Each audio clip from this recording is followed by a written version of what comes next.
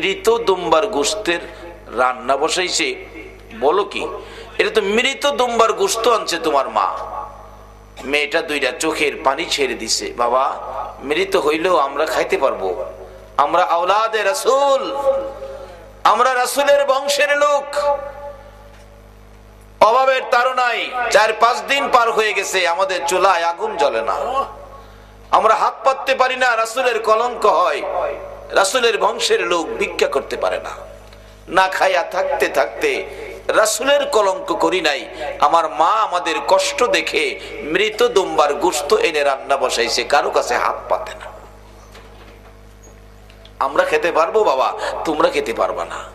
আব্দুল্লাহ কয়, প্রভু গো, ও প্রভু, যার ভালোবাসায় তুমি এত কিছু করেছো, সেই নবীর আওলাদ, সেই নবীর বংশ মৃত দুম্বার গোশত খাবে, আর আমি মক্কা মদিনায় হজ করতে যাব? ও আব্দুল্লাহ, তুই কি আওলাদে রাসূলের পাশে দাঁড়াবি না মক্কা মদিনায় যাবি? নিজেকে নিজে প্রশ্ন করেছে। জবাব আসছে, না, মক্কা মদিনায় যাব না। সবগুলো হজের টাকা আওলাদে রাসূলের বাড়িতে পৌঁছে দিয়েছে। আজকে সেই আওলাদে রাসূল, নবীর আদরের নাতির ভালোবাসায় যদি আপনারা বসে থাকেন, আপনাদের দাবিগুলো পুরা হবে কিভাবে বোঝানোর জন্য বলছি। বাড়িতে চলে গেছে, সব টাকা দিয়ে দিছে, মক্কা মদিনায় যায় নাই। যেদিন হাজিরা রওনা হবেন ইরাক থেকে, হাজিরা বলছে আব্দুল্লাহকে খবর দাও। আব্দুল্লাহ আসছে, হ্যাঁ আমি যাব না, আপনারা যান, আমার টাকা খরচ হয়ে গেছে। তুমি বললে যাবে হজ করতে, আবার টাকা খরচ হয়ে গেছে, জি এবছর যাব না, আবার যদি পয়সা জোগাড় করতে পারি তাহলে যাব, আপনারা চলে যান। সব হাজিরা ইরাক থেকে, সমস্ত পৃথিবীর থেকে যারা আসার কথা সবাই এসে গেছে। খানায় কাবায় হাজিরা তোয়াফ শুরু করে দিয়েছে। ইরাকের হাজিরা দেখে সকলের আগে আগে আব্দুল্লাহ তোয়াফ করতেছে।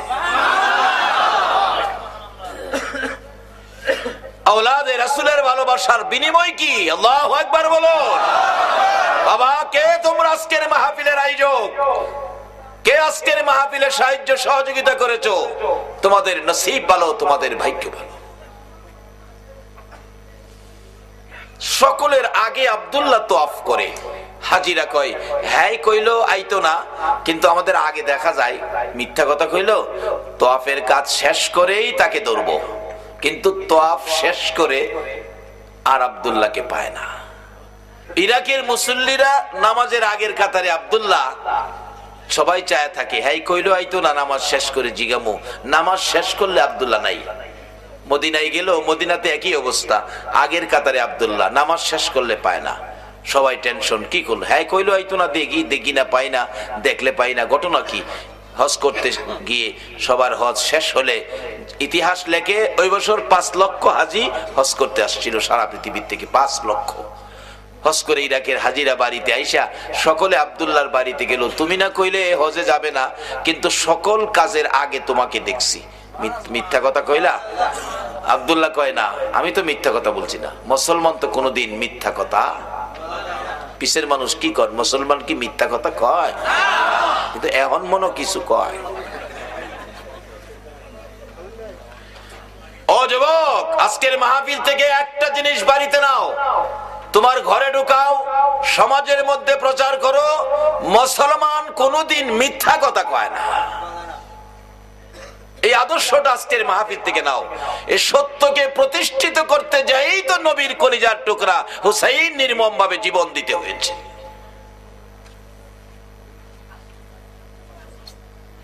সত্য উদ্ধার হয়েছে পৃথিবীতে হুসাইনের রক্তের বিনিময়। আজকে সেই সত্যকে যদি গোপন করো, হুসাইনের রক্তের সাথে বেঈমানি করা হবে মুসলমান।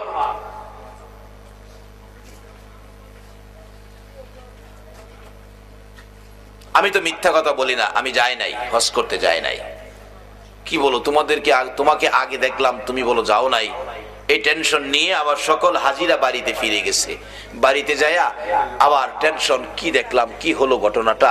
আল্লাহ কয়, ফাইসালা আমি দিতাছি, তোমরা ঘুমাও।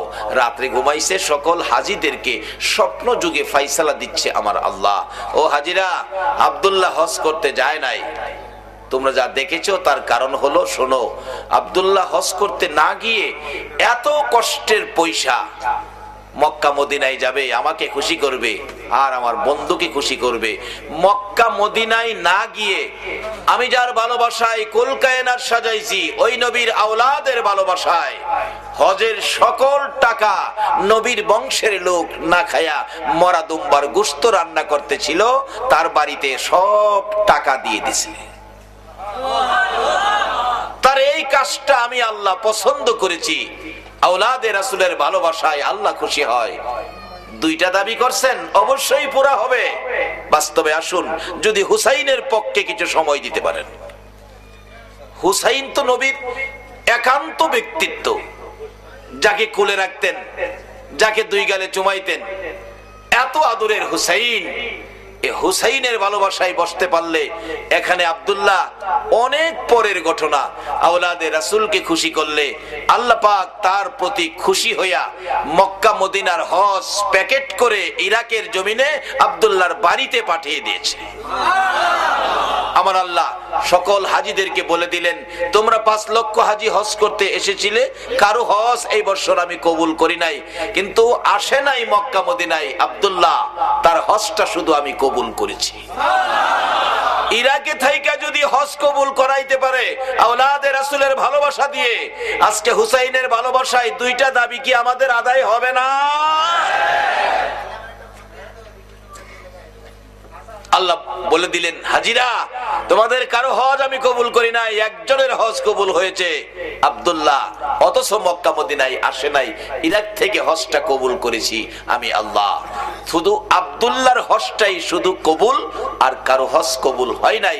আব্দুল্লাহর হজের উসিলাতে তোমাদের হজটা আমি আল্লাহ কবুল করেছি। কাজটা কি ছিল? রাসূলের বংশকে ভালোবাসা, আওলাদের রাসূলকে ভালোবাসায় ইরাক থেকে, ইরাকের ইসলামের বহু ঘটনা।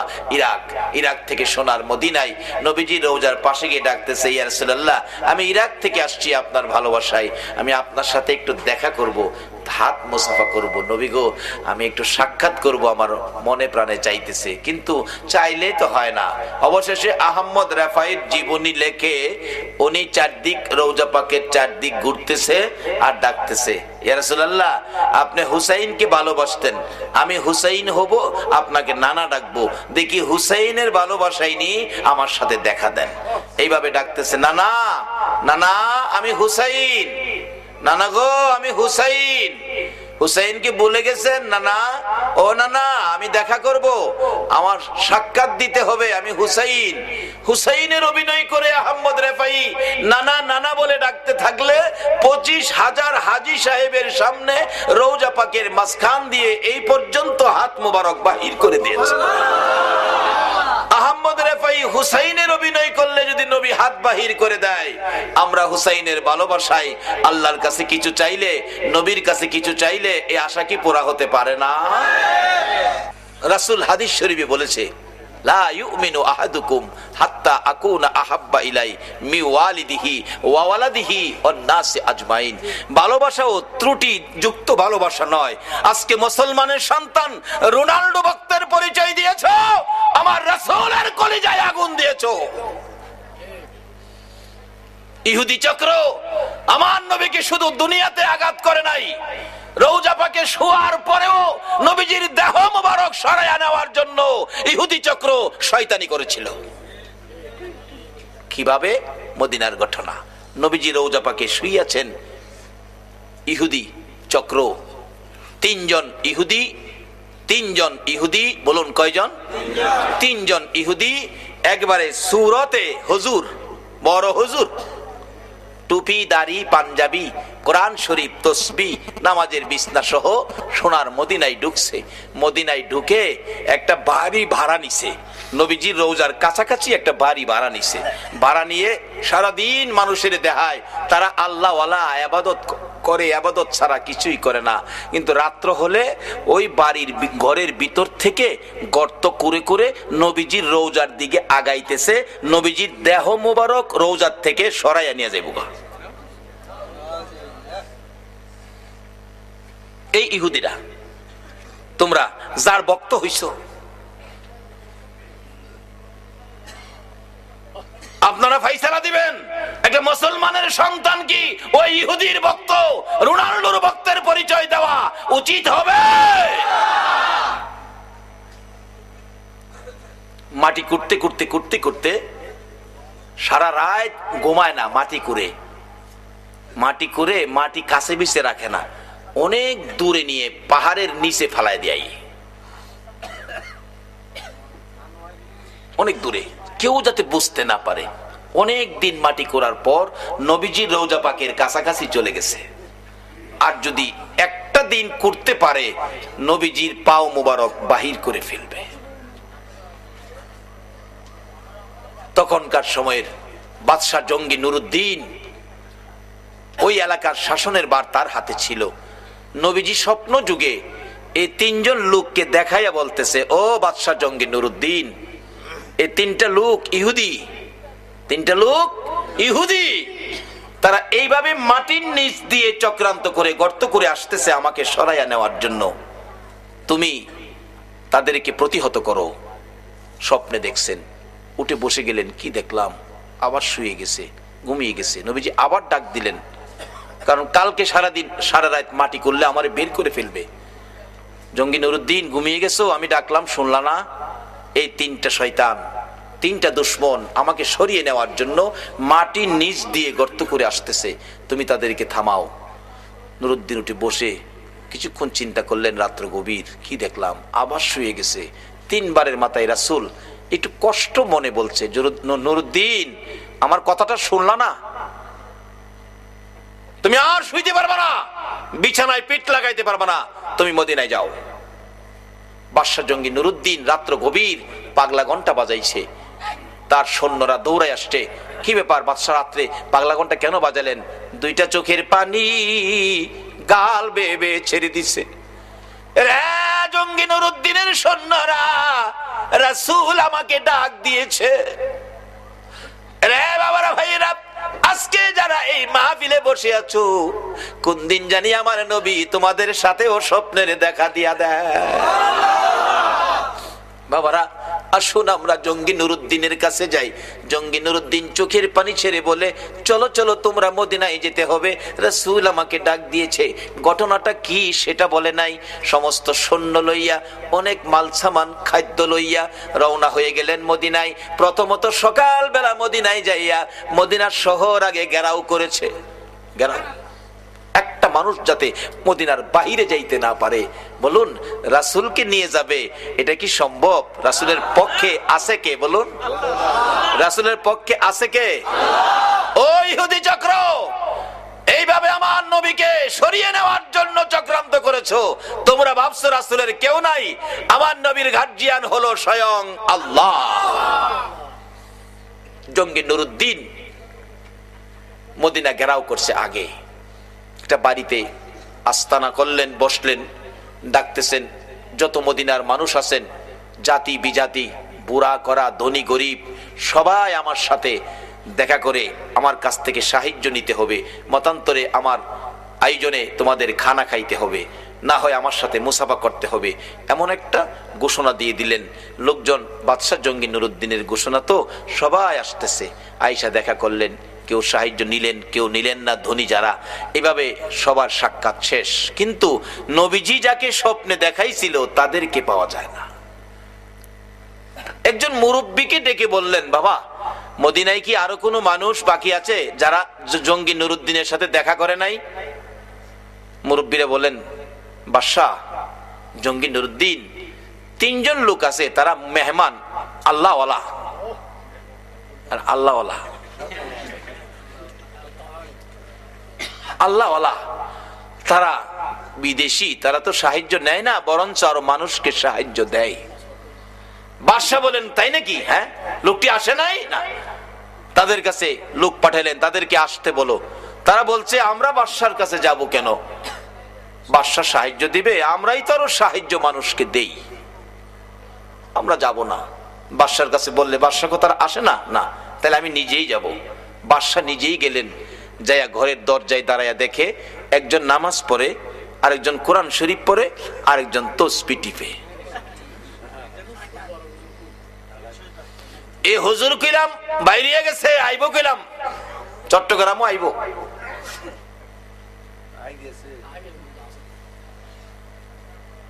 বিস্তারিত আর কইলাম না, আইব। তাদের কাছ থেকে ঈমান বাঁচাইতে হলে একটাই পক্ষ, নবী মুহাম্মদুর রাসূল। নবীর ভালোবাসার প্যাকেটে ঢুকে যান।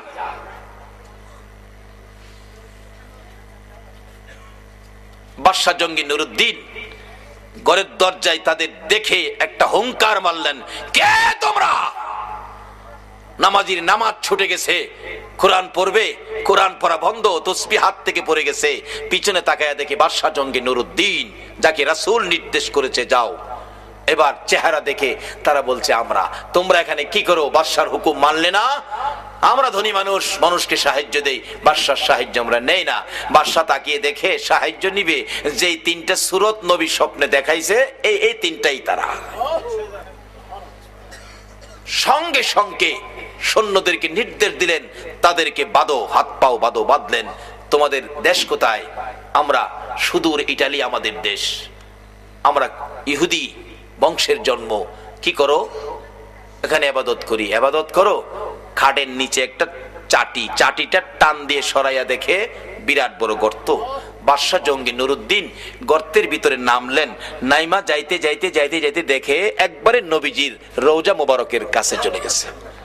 আর একটা দিন যদি গর্ত মাটি করতে পারতো, নবীজির পাও মোবারক বাহির করে ফেলতো। বাদশা জঙ্গি নুরুদ্দিন তাদেরকে উঠাইয়া ময়দানে নিয়ে প্রমাণ করলেন, এই যে দেখো নবীর দুশমন, সূরত কিন্তু হুজুর। সূরত কি? হুজুর। বাদশা জঙ্গি নুরুদ্দিন প্রমাণ করে দিলেন, এই যে দেখো নবীর দুশমন। আমার নবী স্বপ্ন যুগে বলেছে, বাদশা জঙ্গি নুরুদ্দিন এই তিনটা লোক এইভাবে গর্ত করে আসতেছে, আমাকে সরিয়ে নেওয়ার জন্য তাদেরকে তুমি ধরো। এই যে পেলাম, এই যে দেখেন আপনারা গর্ত করে নবীজি রওজার পাশে চলে গিয়েছিল। এরপরে বাদশা জঙ্গি নুরুদ্দিন নির্দেশ করলেন, নবীজির রওজার চারপাশে নিচ থেকে গর্ত করে, গভীর গর্ত করে, সীসা ঢালাই করে একটা বাউন্ডারি দাও। সীসা ঢালাই, যাতে কোনো শত্রু এই আক্রমণ আর কোনোদিন না করতে পারে। আমার আল্লাহ বলেন, বাদশা জঙ্গি নুরুদ্দিন রে, আমার বন্ধুর হেফাজতের জন্য তুমি সীসা ঢালাই করে দেওয়াল নির্মাণ করেছো। আমি আল্লাহ আজ থেকে কিয়ামত পর্যন্ত বন্ধুর হেফাজতে ফেরেশতা নিযুক্ত করে দিলাম।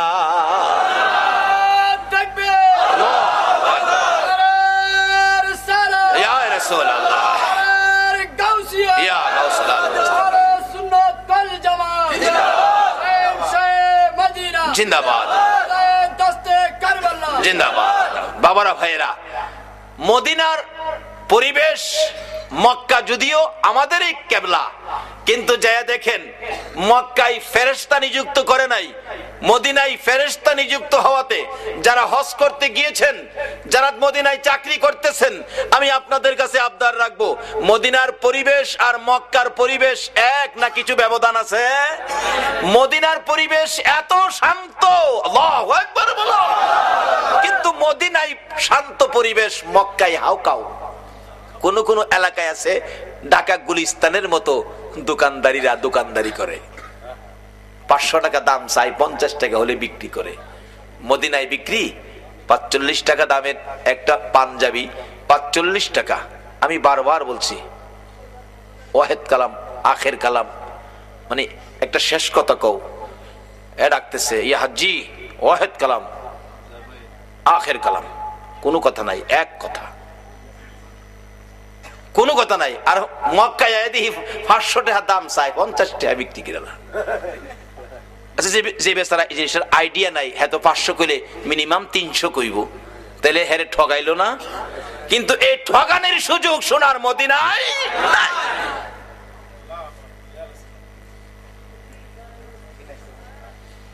ওই তিন দুশমনকে 20 ফুট উঁচা করে লাকড়ি জমা করলো, 20 ফুট উঁচা করে লাকড়ির উপরে 3 নবীর দুশমনকে হাত পাও বাইদা উপরে রাখছে, নিচে দিয়া আগুন ধরাইছে।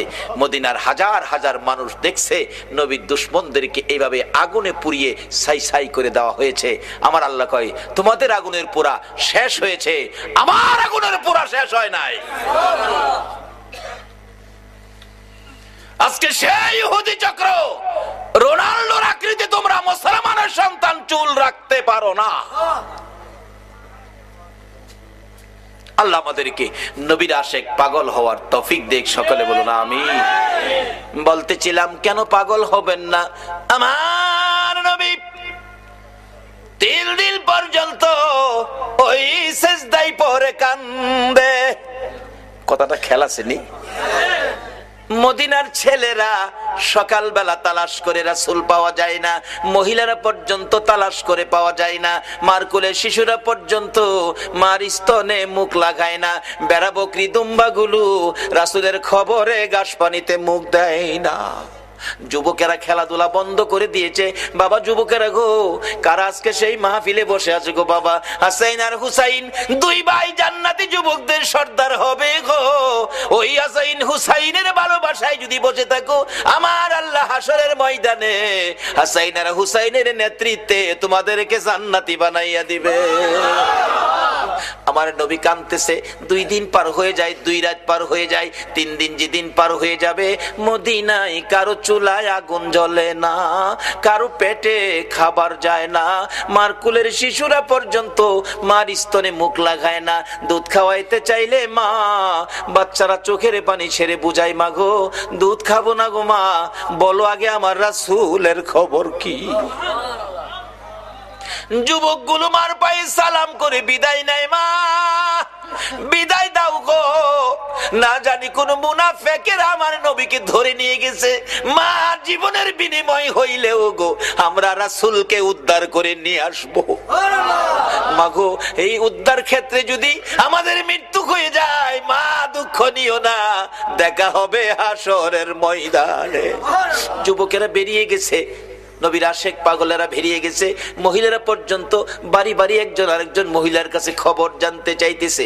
3টা দিন যে দিন পার হয়ে যাবে, আবু বকর উমরের জীবনী লেখে মদিনার শেষ প্রান্তে পাহাড়ের পর পাহাড় পার হইয়া যাইয়া দেখে এক জাক রাখাল বসে বসে টেনশন করতেছেন। রাখালেরা রে, তোমরা কিসের টেনশন করো রে রাখালেরা? তোমরা কোত্থেকে আসছো? আমরা আসছি মদিনার শহর থেকে। তোমাদের নাম কি? আমার নাম আবু বকর, আমার সাথে ওমর, আমরা 2 জন। তোমরা কিসের টেনশন করো? রাখালেরা রে, আমাদের টেনশন তোমরা শুনবানি। রাখালেরা বলেন, আমাদের টেনশনের উপর তোমাদের আবার কি টেনশন? রে রাখালেরা, আজকে 3টা দিন পার হয়ে যায় রে, আমাদের মায়ার নবী রে খুঁজে পাই না। তোমরা আমাদের মায়ার নবী দয়ার নবীর খোঁজ খবর জানোনি? রাখালেরা বলেন, এরে আবু বকর ওমর, আমরা তো তোমাদের মায়ার নবী দয়ার নবী চিনি না, তবে আমরা যাকে নিয়ে টেনশন করতেছি আজকে 3টা দিন পার হয়ে যায় রে, একটা মায়ার মানুষ রে, একটা নূরের পুতুল রে, পূর্ণিমার চাঁদের মতো চেহারা, ওই পাহাড়টার নিচে আজকে 3টা দিন হলো সিজদায় পড়ে উম্মতি উম্মতি বলে কান্দে রে আবু বকর। ওই লোকটার দিকে তাকাইয়া আমাদের সকল রাখালের বেড়া বকরি দুম্বা গুলো এক নজরে তাকায়া তাকায়া কান্দে, ঘাস পানিতে মুখ দেয় না। আমরা টেনশনে আছি, এই বেড়া বকরি দুম্বা 3 দিন পার হয়ে গেল, না খাইয়া কত থাকবে, এখান থেকে সরিয়ে নেওয়া যায়। আমরা আঘাত করেছিলাম বেড়া বকরি দুম্বা গুলো সরিয়ে নেওয়ার জন্য। এরে আবু বকর ওমর, এত মার মারছি রে, কোন বেড়া বকরি দুম্বার চামড়া ফাইটা গেছে রে, তারা মার খাইতে রাজি রে, এই লোকটার কাছ থেকে যাইতে রাজি না। আবু বকর একটা চিৎকার মারছে, ওমর যার মায়ের বেড়া বকরি দুম্বা কান্দে রে, আমাদের রাসূল ছাড়া কেউ না। 2 জনে পাগল পাগল হইয়া দৌড়াইয়া কাছে যাইয়া দেখে আমার নবী সিজদায় পড়ে 3টা দিন পার হয়ে গেছে, 2টা রাত্র পার হয়ে গেছে। আমার নবীর ঘুম নাই, খাবার নাই, বিছানা নাই, এক সিজদায় 3 দিন। বলুন কার মায়ায় নবী কান্দে? আরে দয়ালো নবী প্রেমের ছবি আর আসবে না জগতে, আমার দয়ালো নবী প্রেমের ছবি আর আসবে না। হাসর দিনে উম্মত বিনে, হাসর দিনে যাবে না নবীজি বেহেশতে, দয়ালো নবী প্রেমের ছবি আর আসবে না জগতে, আমার দয়ালো নবী প্রেমের ছবি আর আসবে না। আমার নবী 3টে দিন পার হয়ে যায়, আপনার আমার ব্যথায় নবী কান্দে। আবু বকর পাশে দাঁড়িয়ে ডাকতেছে, ইয়া রাসূলুল্লাহ 3টা দিন পার হয়ে গেল গো, আমি আবু বকরকে বুইলা কেমনে রইলেন? আপনি মক্কা থেকে হিজরত করে মদিনায় যাবেন 6 মাস আগে আমার কানে খবর দিয়েছিলেন, আজকে 3টা দিন পার হলো শহর থেকে বেরিয়ে মদিনার পাহাড়ে চলে যাবেন, একটু খবর আমারে দিলেন না। হুজুর বুঝেছি উম্মতের ব্যথা লইয়া বুঝি কান্দেন। নবী গো আর কানতে হবে না, আমি আবু বকরের তামাম জিন্দেগীর নেকি আপনার উম্মতের জন্য দান করে দিলাম। আমার নবী আবু বকরের কথায় মাথা উঠাবে না, আমার আল্লাহ যদি ফায়সালা না দেয় নবী শুনবে না। ওমর ডাকলেন, আমি সব নেকি দান করে দিলাম, মাথা উঠায় না। দুইজন একজনের দিকে আরেকজন তাকায়, রে আবু বকর। আবু বকর ডাকে ওমর, কেমনে রে নবীরে মদিনায় নেওয়া যাবে? ওমর একটা ফায়সালা দিলেন মদিনা নেওয়ার জন্য। কি করতে পারি? আসো আমরা মদিনার থেকে অনেক সাহাবী মিলে আসি নবীর দরবারে। শত শত সাহাবীরা ডাক দিলে নবী মাথা উঠাবে, সাহাবীদের জন্য নবীর অনেক মায়া আছে। এবার ডাকতেছে ওমর, রে আবু বকর তুমি ডাক দিলা, আমি ডাক দিলাম, মাথা যখন উঠায় না রে, সাহাবীরা ডাকলে নবী মাথা উঠাবে না। এমন একজন ব্যক্তি, এমন দুইজন ব্যক্তির নাম আমি ওমর বলবো, আমার মন কয় তারা ডাক দিলে নবী মাথা উঠাবে। কার কথা বলবি? আবু বকর বলতেছেন। ওমর বলে, রে আবু বকর আমি একদিন দেখেছি মসজিদে নববীর বারিন্দায় নবীজি বসে আছে, কোত্থেকে জানি 2 ভাই হাসাইন আর হুসাইন দৌড়া এসে নবীজির গলায় ধরে ডাকতেছে, নানা গো নানা, নানা গো মদিনার ছেলেরা ঘোড়া দৌড়াই গো নানা, আমরা 2 ভাইয়ের মন চাই ঘোড়ার উপরে উঠতে, আমরা একটা ঘোড়া কিনা দিবেননি? আমরা 2 ভাইকে ঘোড়া দৌড়াইবার সুযোগ করে দিবেননি? আমার নবী বলেন, তোমাদের বাবার কাছে মার কাছে যাও, টাকা দিলে ঘোড়া কিনা দিব। দুইজন জবাব দেয়, বাবা কোত্থেকে দিবে গো নানা? বাবার কাছে বলেছিলাম একটা টাকাও নাই, মার কাছে গিয়েছিলাম, মা বলেন চুলায় আগুন জ্বলে না। নানা তুমি দিবানি একটা গুড়া কিনা, আমরা 2 ভাইয়ের গুড়া দৌড়ানির স্বাদ মিঠাইয়া দিবানি। আবু বকর ডাকতেছেন, উমর তুমি কি দেখেছো? উমর বলেন, আমি মসজিদে নববীর বারিন্দার পাশে দাঁড়িয়েছিলাম, আমি দেখি আমার নবী নাতিদয়কে খুশি করার জন্য বারিন্দায় হামাগুড়ি দিলে গুড়ার মতো হইলে 2 ভাই নবীজির পিঠ মুবারকে চড়ে বসছে। আমার নবী গুড়ার মতো অভিনয় করে এদিকে যায় ওদিকে যায়, আবার ডাকতেছে, হাসাইন হুসাইন বলো তোমাদের গুড়া দৌড়াইবার স্বাদ মিটছিনি? আবু বকর আমি উমর দেখেছি, মুস্কি মুস্কি হাসতেছিলাম এই ঘটনা দেখে। আমার নবী প্রশ্ন করে, এরে উমর হাসতেছো কেন? হুজুর হাসি কি ভাগ্য, হাসাইন হুসাইন কত দামি ঘোড়ার উপর সোয়ার হয়েছে। আমার নবী চোখের পানি ছেড়ে দিলেন, এরে ওমর শুধু দামি ঘোড়াটাই দেখলা তুমি, যারা ঘোড়ার পৃষ্ঠে বসেছে তারা কত দামি তুমি দেখলা না? আমার নবী এত আদর করতেন হাসাইন আর হুসাইনকে। এমনি সময় উমর ফারুক ডাকতেছে, আমি দেখেছি নবী 2 নাতির 2 গালে চুমাইতেছে, খুশি হইছো নি নাতি? তোমরা 2 জন ঘোড়া দৌড়ানোর স্বাদ মিটছেনি? ও আবু বকর আমার মন কয় এই 2 নাতি হাসাইন হুসাইন যদি নানা নানা কইয়া ডাকে রে, আমার নবী সব ভুলে যাবে, না না না ডাকে জবাব দিয়ে মাথা উঠাবেন।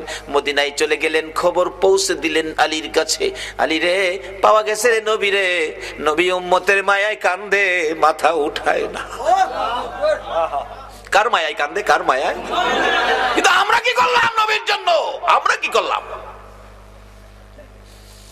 আজকে থেকে একটা আদর্শ বাড়িতে নেন, তাহলে নবীর কান্না সার্থক, আমাদের জীবন ধন্য। দুইজন খুশি করার জন্য নবী এই অভিনয়টুকুন করেছেন। ওমর বলেন এই দুইজনে ডাকলে শুনবো।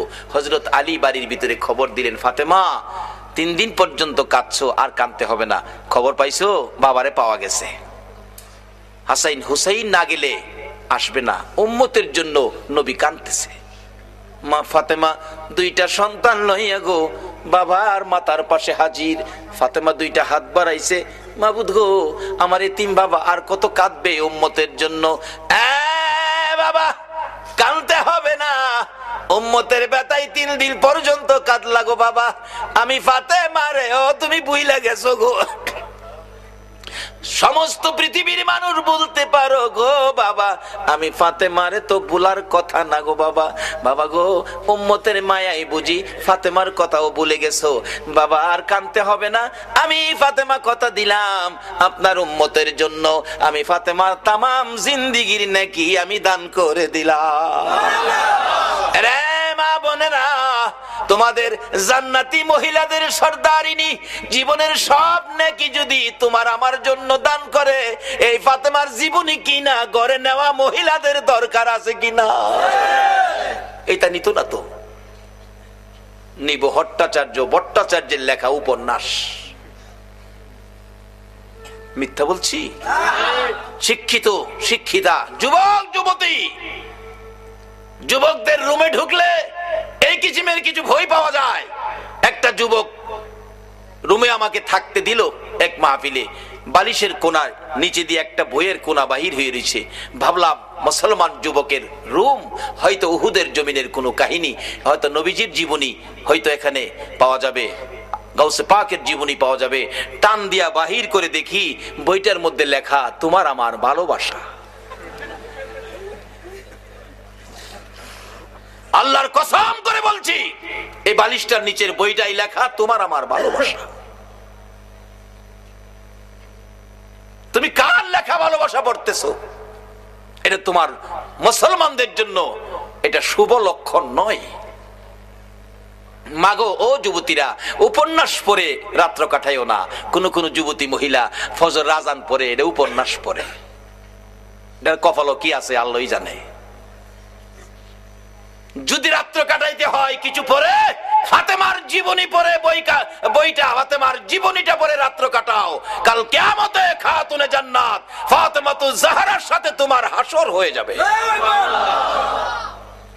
না হয় পবিত্র কোরআন শরীফ পড়ে রাত্র কাটাও, তোমার জীবন ধন্য হয়ে যাবে। কিন্তু এক বর্তমান বাংলার সমাজ ধ্বংসের দিকে যাচ্ছে। উপন্যাস পড়ে ফাতেমার জীবনী কিনে নেয় না, উহুদের জমিনের ঘটনা কিনে বাড়িতে নেয় না। একটা মহিলাও বলতে পারবে না একটা ফাতেমার জীবনী ঘরে আছে, দেখাইতে পারবে না। বলতেছিলাম যে ফাতেমা তামাম জিন্দেগির নেকি আপনার আমার জন্য দান করে দিয়েছে, তারপরও নবী মাথা উঠায় না। আপনার আমার ব্যথায় নবী কান্দে, ফাতেমার কথাও নবী শুনে না। হাসাইন হুসাইন 2জন দাঁড়িয়ে আছে। মা ফাতেমা ডাকে, বাবা গো তোমরা 2জন ডাক দাও গো, দেখি তোমরা ডাক দিলে নি আমার বাবা মাথা উঠায়, আর কত কাঁদবো, 3টা দিন বাবার পার হয়ে গেছে। 2জন 2 দিকে নানা কইয়া ডাকতেছে। হুসাইন ডাকতেছে, নানা গো দুনিয়ার সব মানুষ বলতে পারো গো নানা, আমি হুসাইন রে কেমনে বইলা গেলা গো না। যে হাসাইন আর হুসাইনের মায়াই আমার নবী হাসাইন আর হুসাইনতে দেখতে গেলেন খাতুনে জান্নাত ফাতেমাতুজ জাহরার ঘরে। যাইয়া দেখে 2 ভাই ঘরে নাই। ফাতেমার চোখের মধ্যে পানি ঝরতেছে। নবী জিজ্ঞেস করে, ফাতেমারে কেন এইভাবে কান্দো? আমার নাতিরা কই? 2 নাতি না দেখলে আমার শান্তি লাগে না। ফাতেমা বলেন, বাবা গো আমি কাঁদতেছি কোন ব্যথায়। ঘরের পিছনে যাইয়া দেখেন গো বাবা, আজকে 3টা দিন পার হয়ে গেল আমি ফাতেমার চুলায় আগুন জ্বলে না। আপনার আদরের 2 নাতি না খাইয়া থাকতে থাকতে পেটের খিদার যন্ত্রণায় ঘরের পিছনে গলাগুলি করে নানা নানা কইয়া কাঁদতেছে গো বাবা। আমার নবী পিছনে যাইয়া দেখে গলাগুলি করে নানা নানা কইয়া কাঁদতেছে। নানা গো পেটের খিদা গো, নানা সহ্য করতে পারি না। আমার নবী বেরিয়ে গেলেন। ঘুরতে ঘুরতে যাইতে যাইতে একটা ইহুদির বাগানে আমার নবী চাকরি নিলেন। কুয়ার থেকে পানি উঠাবেন, গাছের গোড়ায় পানি দিবেন, পানি উঠাবেন, এক বালতি পানি 8টা, এক বালতি পানি 3টা করে খেজুর, এইভাবে 8 বালতি পানি উঠাইয়া হাসাইন হুসাইনের মায়ায় আমার নবী বাগানে চাকরি পর্যন্ত নিয়েছে। এই ভালোবাসার হাসাইন হুসাইনে কষ্ট পাবে, এই কাজ আপনারা কইরেন না। আমার নবী 8 বালতি পানি উঠাইয়া 9 বালতি পানি বুড়াইয়া টান দিলে রশি ছিঁড়ে বালতি কুয়ার ভিতরে পড়ে গেছে। ইহুদি দৌড়াই আসছে, পানি উঠাও পানি উঠাও। রশি ছিঁড়ে বালতি পড়ে গেছে, কি দিয়ে উঠাবো? ছিঁড়ে গেছে। হাও না, তুমি ছিঁড়ে ফেলছো। আমার নবীরে কয়, নবী বলে ছিঁড়ে ফেলছে। আমার নবী বলেন, ইহুদি রে আমি ছিঁড়ি নাই, ছিঁড়ে পড়ে গেছে। এই পর্যায়ে এক কথা দুই কথা রাগ হইয়া নিষ্ঠুর ইহুদি, যেই নবীর চেহারায় জীবনে কোনদিন মশা মাছি বসে না, আমার নবীর গাল মুবারকে ইহুদি থাপ্পড় লাগাইয়া দিছে। আমার নবী একটা চিৎকার মারছে, ইহুদি রে পেটের খিদা রে, আমার নাতি রাতির লীল পর্যন্ত খায় না, আমি রাসূলও খাই নাই রে। 3 দিন না খাইয়া গালের গোশত শুকাইয়া গেছে রে ইহুদি, আমার গালে থাপ্পড় দিছস, বল তোর হাতে ব্যথা পাইছস নি? ইহুদি বলেন, কার গায়ে হাত তুললাম গো, আমি মারলাম, আমারে জিগাই ব্যথা পাইছিনি। আমার নবী ডাকে, এরে ইহুদি আমার 8 বালতি পানির বিনিময় 24টা খেজুর দিবি? হ দেব, দে।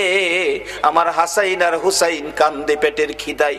24 খেজুর লইয়া নবী রওনা হলেন, চলে যাবেন নাতিদের খাওয়ানোর জন্য। আমার আল্লাহ কয়, জিবরাইল রে আমার বন্ধুর কানে খবর দে, বলদু যেন কুয়ার ভিতর থেকে বালতি উঠাইয়া দিয়ে আসে। জিবরাইল ডাহে, হুজুর যাইতেছেন গা? হ। বালতি উঠাইবো কে? বালতি তো কুয়ার ভিতরে সিরা পড়ছে, কিভাবে উঠাবো? কিছু তো নাই, উঠাবো কি দিয়া? জিবরাইলকে, হুজুর কিছু লাগে না, যেখানে রাহমাতাল লিল আলামিন আছে এখানে কিছুই লাগে না, আপনি কুয়ার ভিতরে হাত দিয়া বালতিরে ডাক দেন। সুবহানাল্লাহ, আসতে কইলেন? পৃথিবীর এমন কোন শক্তি আছে এই মৃত বালতি ডাক দিলে হাতে আইব? কিন্তু আমার নবীর হাতে আইব। আমার নবী ভিতরে হাত দিয়া ডাকতেছে, বালতি বালতি রে আয়, আমি নবীর হাতে আই। আমার নবী ডাক দিতে দেরি, কুয়ার ভিতর থেকে বালতি নবীর হাতে আসতে দেরি হলো না। উঠাইয়া ইহুদির সামনে দিলেন, এই লাও তোমার বালতি দিয়ে গেলাম। বলুন, মৃত বালতি নবী ডাক দিলে এই নবীর হাতে আসবে কিনা? যদি বিশ্বাস করতে কষ্ট হয়, চলুন আমরা একটুখানির জন্য মদিনায় যাই। যাবেন? যাবেন মদিনায়? চলুন না ঘুরে আসি। ছেড়ে দে নৌকা মাঝি যাব মদিনায়। বলুন, ছেড়ে দে নৌকা মাঝি যাব মদিনায়। মদিনাতে কান্দে নবী উম্মতের মায়ায়, মদিনাতে কান্দে নবী উম্মতের মায়ায়। ছেড়ে দে নৌকা মাঝি যাব মদিনায়, ছেড়ে দে নৌকা মাঝি যাব মদিনায়। মদিনায় যায় দেখেন, যারা হজ করতে গেছেন, ছোট্ট একটা চিহ্ন আছে, জায়গাটার নাম লেখা আছে উস্তুনে হান্নানা, মৃত খেজুরের গাছ।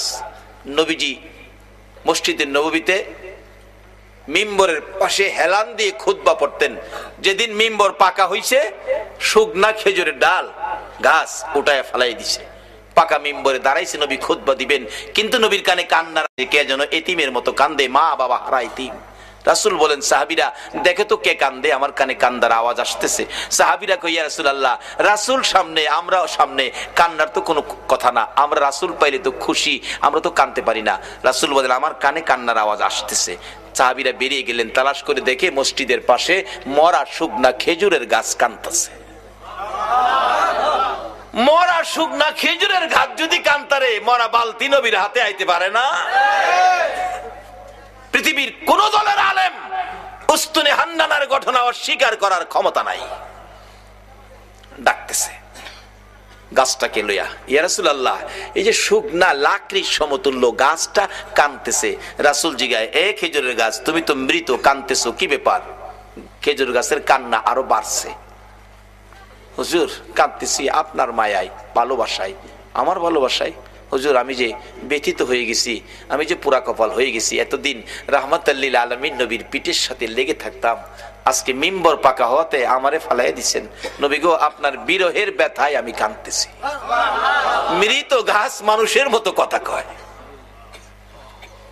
রাসূল বলেন তাই নাকি? হ্যাঁ। ও খেজুরের গাছ, তুমি কাঁদো না, আমি রাসূল তোমার জন্য দোয়া করে দেই, তুমি একটা জীবিত খেজুরের গাছ হয়ে যাইবা। আচ্ছা, আমরা নবীর দোয়ায় মৃত গাছ জীবিত হইব নি? পৃথিবীর এমন কোন শক্তি আছে মৃত গাছ জীবিত করতে পারে? একমাত্র পারে নবী মুহাম্মদুর রাসূলুল্লাহ। সে নবীর ভালোবাসায় আপনারা বসে আছেন। দাবি তো দুইটা, গুনাহ মাফ নেবেন, নবীকে স্বপ্নে দেখবেন। কিভাবে? শেষ কথা আসতেছি সামনে। এবার রাসূল বলতেছেন দোয়া করে দেই, একটা জীবিত খেজুরের গাছ হয়ে যাইবা। উস্তুনে হান্নানা খেজুরের গাছ কই, হুজুর এই দোয়া চাই না, চাই না কইও না, কিয়ামত পর্যন্ত হায়াত পাইবা। হুজুর এই দোয়া চাই না, শোনো বরকতের খেজুর হইব, 12 মাস খেজুর, কোন সিজন লাগবে না, 12 মাস খেজুর থাকবো আমি দোয়া করে দিলে। নবীর দোয়ার মধ্যে এই বরকত আসেনি?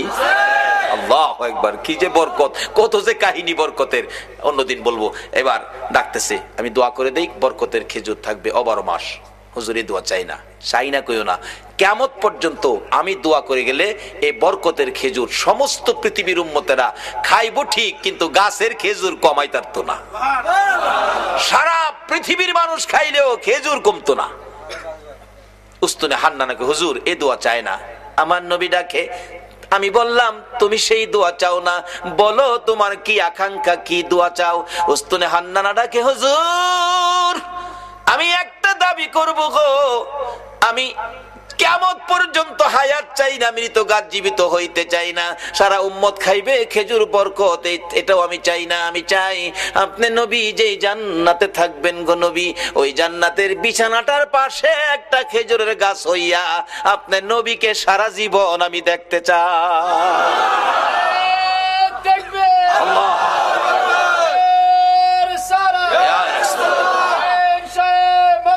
জিন্দাবাদ, জিন্দাবাদ, জিন্দাবাদ,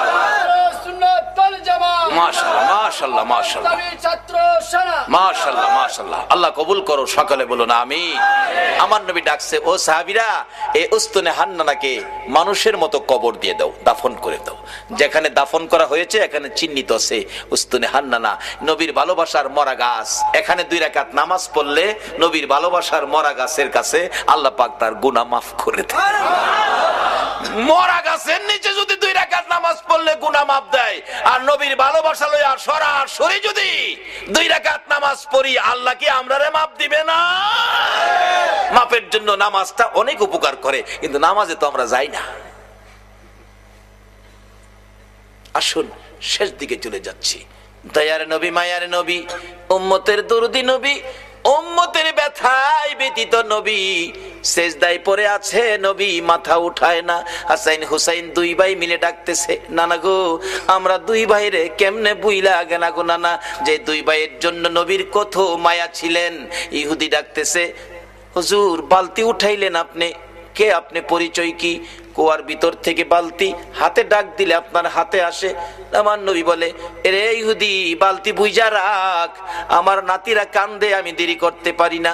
দৌড়ায় বাড়িতে চলে গিয়ে হাসাইনকে এক পাশে, হুসাইনকে আরেক পাশে বসাইয়া আমার নবী 2 জনের মুখে খেজুর তুইলা দিতেছে আর ডাকতেছে, হাসাইন হুসাইন রে দুনিয়াতে কষ্ট করলা, কিছু খাবারের ব্যবস্থা করে দিলাম, হাসরের ময়দানে তোমরা 2 ভাইয়ের প্লেট আগে আসবে রে নাতিরা,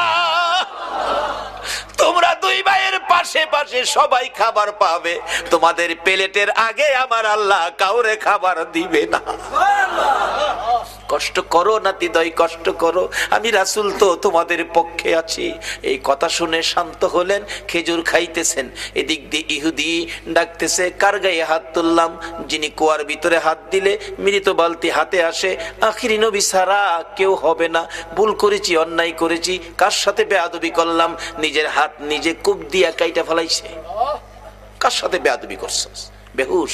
পতিকেরা যাচ্ছে, কুয়ার থেকে পানি উঠাইয়া মাথায় পানি দিলে জ্ঞান ফিরছে। কি হলো তোমার, হাত কাটা কেন, কে কাটছে? ও পতিকেরা, আমার আখিরি নবীর দরবারে লইয়া যা। যাইয়া ডাক দিলে হাতটা কাটা, হাতে লইয়া গেছে। নবী বেরিয়ে আসছেন, আয়েশা দেখে ওই ইহুদি, আমরা যদি হইতাম আগে হেরে সাইজ কিরা লাইলাম হইলে। নবীর আদর্শ কত সুন্দর। রে ইহুদি, তোমার হাত কাটা কেন? কেন তোমার এই বিপদ, এত কষ্ট, রক্ত ঝরতেছে? হুজুর, হাত রাসূলের সাথে বেয়াদবি করেছে, আমি হাত কেটে ফেলেছি। রাসূল বলেন, কি করলা তুমি? হুজুর বলুন, বেয়াদবির ক্ষমা পামুনি। আমার নবী বলেন, ক্ষমা পাবি রে, একবার যদি কালিমা পড়ে আমার পক্ষে আইসা যা। যত বড় অপরাধী হো, আমার নবী যদি তোমার পক্ষে যায়, আমার আল্লাহ বলছে মাফ করে দিব। এবার ইহুদি বলেন, সুযোগ পাইছি যখন মাপ পামু, হাতটা নি জোড়া লাগাই তারি দেখি। নবী গো, কালিমা পড়মু, আমার হাতটা যদি জোড়া লাগাই দিতারেন।